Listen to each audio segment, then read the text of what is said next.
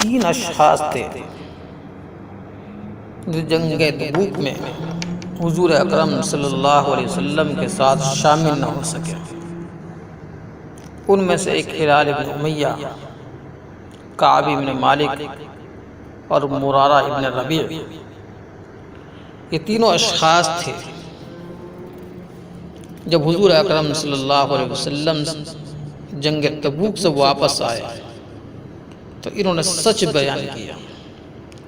تو خود ان کا واقعہ یہ ہے کہ حضرت کعب ابن مالک رضی اللہ عنہ کے صاحبزادے حضرت عبید اللہ، جو آپ کے نابینا ہو جانے کے بعد آپ کا ہاتھ تھام کر لے جایا کرتے تھے، کہتے ہیں کہ جنگ تبوک کے موقع پر میرے والد کے رہ جانے کا واقعہ خود زبانی یہ ہے کہ فرماتے ہیں میں اس کے سوا کسی اور غزوے میں پیچھے نہیں رہا۔ جہاں بھی حضور اکرم صلی اللہ علیہ وسلم جاتے تھے تو میں حضور اکرم صلی اللہ علیہ وسلم کے ہر غزوے میں شریک رہتا تھا۔ ہاں، غزوہ بدر کا ذکر نہیں ہے، اس میں جو لوگ شامل نہیں ہوئے تھے ان پر کوئی سرزنش نہیں ہوئی۔ رسول اللہ صلی اللہ علیہ وسلم تو قافلے کے ارادے سے چلے تھے، لیکن وہ اللہ کی مرضی سے قریش کے جنگی مرکز سے لڑائی ٹھہر گئی۔ تو چونکہ یہ لڑائی بے خبری میں ہوئی، اس لیے اس لڑائی میں شریک نہ ہو سکا۔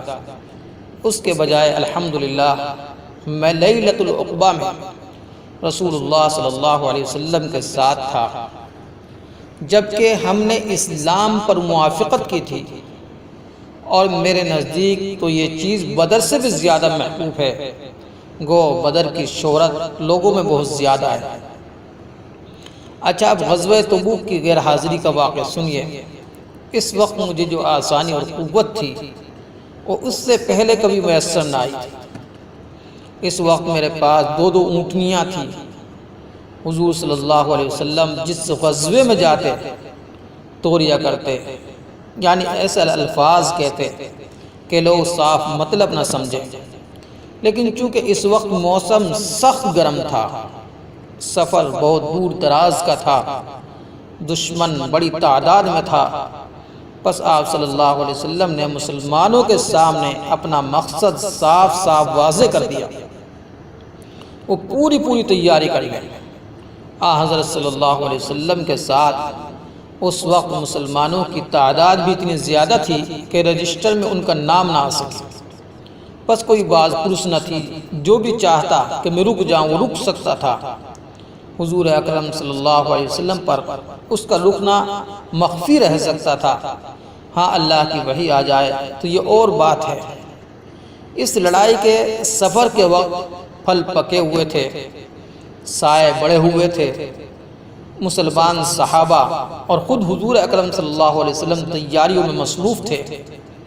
میری حالت تھی کہ صبح نکلتا تھا کہ سامان تیار کر لوں، لیکن ادھر ادھر شام ہو جاتی اور میں خالی ہاتھ گھر لوٹ جاتا اور کہتا کوئی بات نہیں، روپیہ ہاتھ تلے ہے، کل خرید لوں گا اور تیاری کر لوں گا۔ یہاں تک کہ یوں ہی صبح شام آج کل کرتے کرتے کوچ کا دن آ گیا اور لشکر اسلام بجانب تبوک چل پڑا۔ میں نے کہا کوئی بات نہیں، 1-2 دن میں پہنچ سکتا ہوں۔ یوں ہی آج کا کام کل پر ڈالا اور کل کا پرسوں پر، یہاں تک کہ لشکر دور جا پہنچا۔ گرے پڑے لوگ بھی چل دیے۔ میں نے کہا خیر دور ہو گئے اور کئی دن ہو گئے تو کیا میں تیز چل کر جا ملوں گا، لیکن افسوس کہ یہ بھی مجھ سے نہ ہو سکا۔ ارادوں ہی میں رہ گیا۔ اب تو یہ حالت تھی کہ میں بازاروں میں نکلتا تو مجھے سوائے منافقوں اور بیمار، لنگڑے، اندھے، مریضوں اور معذور لوگوں کے اور کوئی نظر ہی نہ آتا۔ رسول اللہ صلی اللہ علیہ وسلم نے تبوک پہنچ کر مجھے یاد فرمایا کعب ابن مالک نے کیا کیا۔ اس پر بنو سلمہ کے ایک شخص نے کہا اسے تو اچھے کپڑوں اور جسم کی راحت رسانی میں روک رکھا ہے۔ یہ سن کر حضرت معاذ ابن جبل رضی اللہ تعالی عنہ نے فرمایا ہمارا خیال بہتر ہی ہے اس لیے کہ وہ تو آپ کے ہر غزوے میں شریک رہتے ہیں۔ حضور اکرم صلی اللہ علیہ وسلم خاموش ہو رہے۔ جب مجھے معلوم ہوا کہ اب آپ لوٹ رہے ہیں تو میرا جی بہت گھبرایا اور میں حیلے بہانے سوچنے لگا کہ یوں بہانہ بنا کر حضور اکرم صلی اللہ علیہ وسلم کے غصے سے نکل جاؤں گا، اپنے والوں سے بھی رائے ملا لوں گا۔ یہاں تک کہ مجھے معلوم ہوا کہ حضور اکرم صلی اللہ علیہ وسلم مدینہ شریف کے قریب آ گئے تو میں دل سے باطل اور جھوٹ بالکل الگ ہو گیا، اور میں نے سمجھ لیا کہ جھوٹے ہیلے مجھے نجات نہیں دلوا سکے، سچ ہی کا آخر بول بالا رہتا ہے۔ بس میں نے پختہ ارادہ کر لیا کہ جھوٹ بالکل نہیں بولوں گا، صاف صاف سچ سچ بات کہہ دوں گا۔ آپ خیر مسجد میں تشریف لائے اور حسب عادت جب آپ مسجد میں بیٹھے 2 رکعات نماز ادا کی اور وہیں بیٹھے، اسی وقت جہاد میں شرکت نہ کرنے والے آنے لگے اور عذر و معذرت ہیلے بہانے کرنے لگے۔ یہ لوگ تقریباً 80 سے اوپر تھے۔ آپ ان کی باتیں سنتے اور اندرونی حالت شکر اللہ کر کے ظاہری باتوں کو قبول فرما کر ان کے لیے استغفار کرتے۔ میں بھی حاضر ہوا اور سلام عرض کیا۔ آپ صلی اللہ علیہ وسلم نے غصے کے ساتھ تبسم فرمایا اور مجھے اپنے پاس بلایا۔ میں قریب آن کر بیٹھ گیا۔ آپ صلی اللہ علیہ وسلم نے فرمایا، تم کیسے رک گئے؟ تم نے سواری بھی خرید لی تھی؟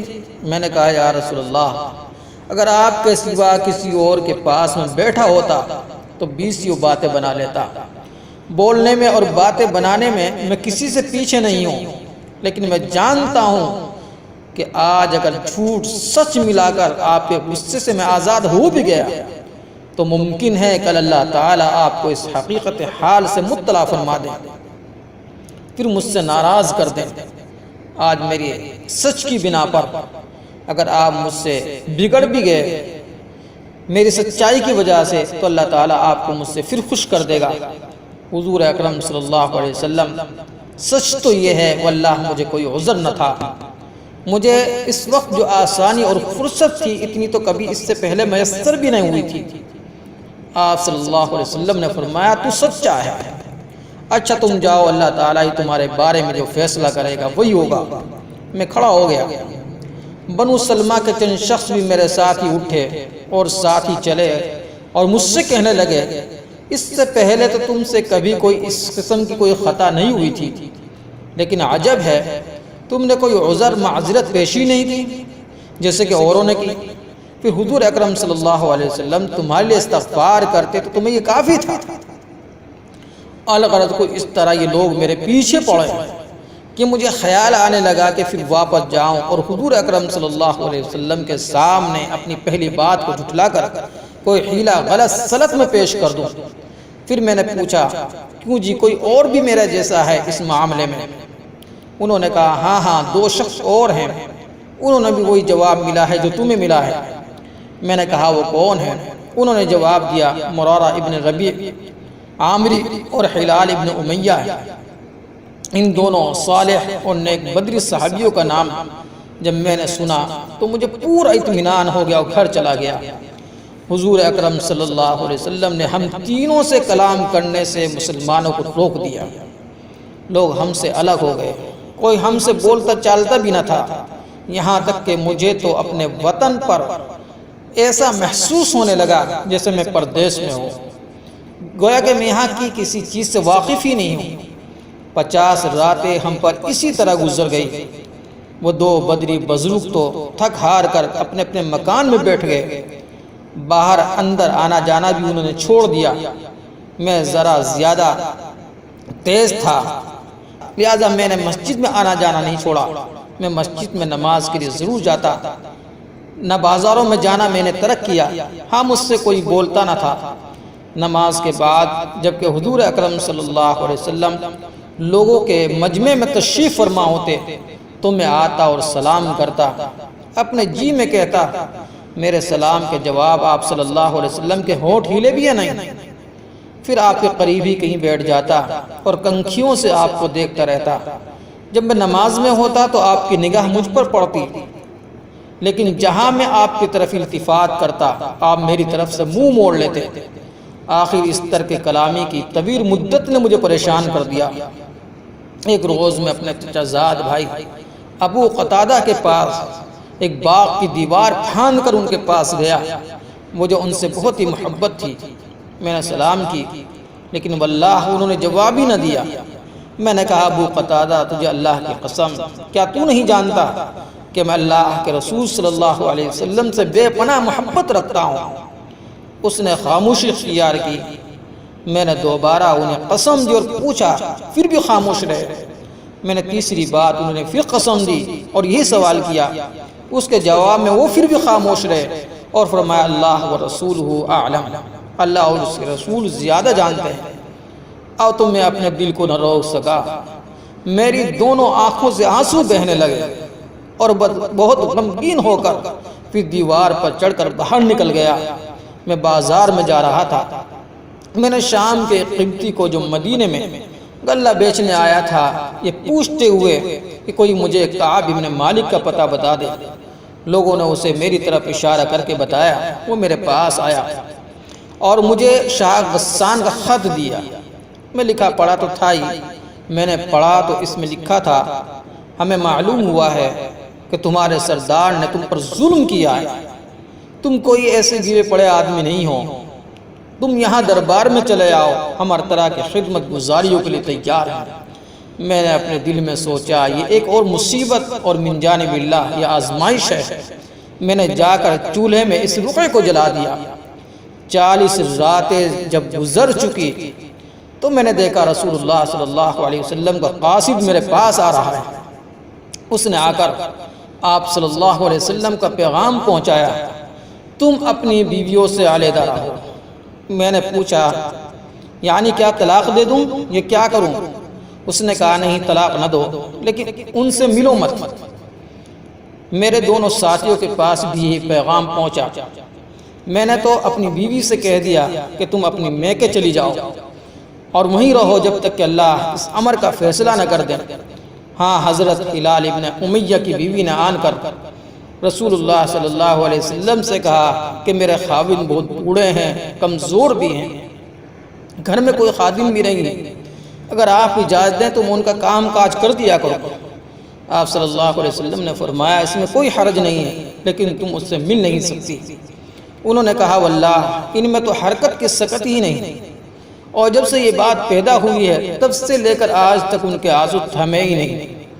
مجھ سے بھی میرے بعض دوستوں نے کہا تم بھی اتنی اجازت حاصل کر لو جتنی حضرت ہلال کے لیے ملی ہے، لیکن میں نے جواب دیا کہ میں اس بارے میں حضور اکرم صلی اللہ علیہ وسلم سے کچھ نہیں کہوں گا۔ اللہ جانے آپ کیا ارشاد فرمائے۔ ظاہر ہے کہ وہ بوڑھے آدمی ہیں اور میں جوان ہوں۔ 10 دن اس بات پر بھی گزر گئے اور ہم سے سلام کلام بند ہونے کی پوری 50 راتیں گزر گئی۔ اس 50ویں رات کو صبح کی نماز میں اپنے گھر کی چھت پر ادا کی اور میں دل برداشتہ حیران و پریشان اسی حالت میں بیٹھا ہوا تھا جس کا نقشہ قرآن کریم نے کھینچا ہے کہ اپنی جان سے تنگ تھا۔ زمین باوجود اپنے کشادگی کے مجھ پر تنگ تھی کہ میرے کان میں ضلع پہاڑی پر سے کسی کی آواز آئی اور وہ بآواز بلند کر کے کہہ رہا تھا کعب مالک خوش ہو جا۔ واللہ میں اس وقت سجدے میں گر پڑا اور سمجھ گیا کہ اللہ جل وجہ کی طرف سے قبولیت توبہ کی کوئی خبر آ گئی۔ بات بھی یہی تھی۔ صبح کی نماز کے بعد رسول اللہ صلی اللہ علیہ وسلم نے یہ خبر صحابہ سے بیان فرمائی اور یہ سنتے ہی وہ پیدل اور سوار ہم تینوں کی طرف دوڑ پڑے تھے کہ ہمیں خبر پہنچائے۔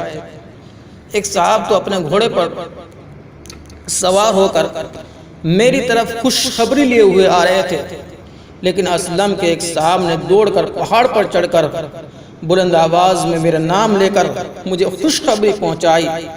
سوار سے پہلے ان کی آواز میرے کانوں میں آ گئی۔ جب یہ صاحب میرے پاس پہنچے تو میں نے اپنے پہنے ہوئے دونوں کپڑے انہیں بطور انعام دے دیے۔ واللہ اس دن میرے پاس اور کچھ بھی نہ تھا۔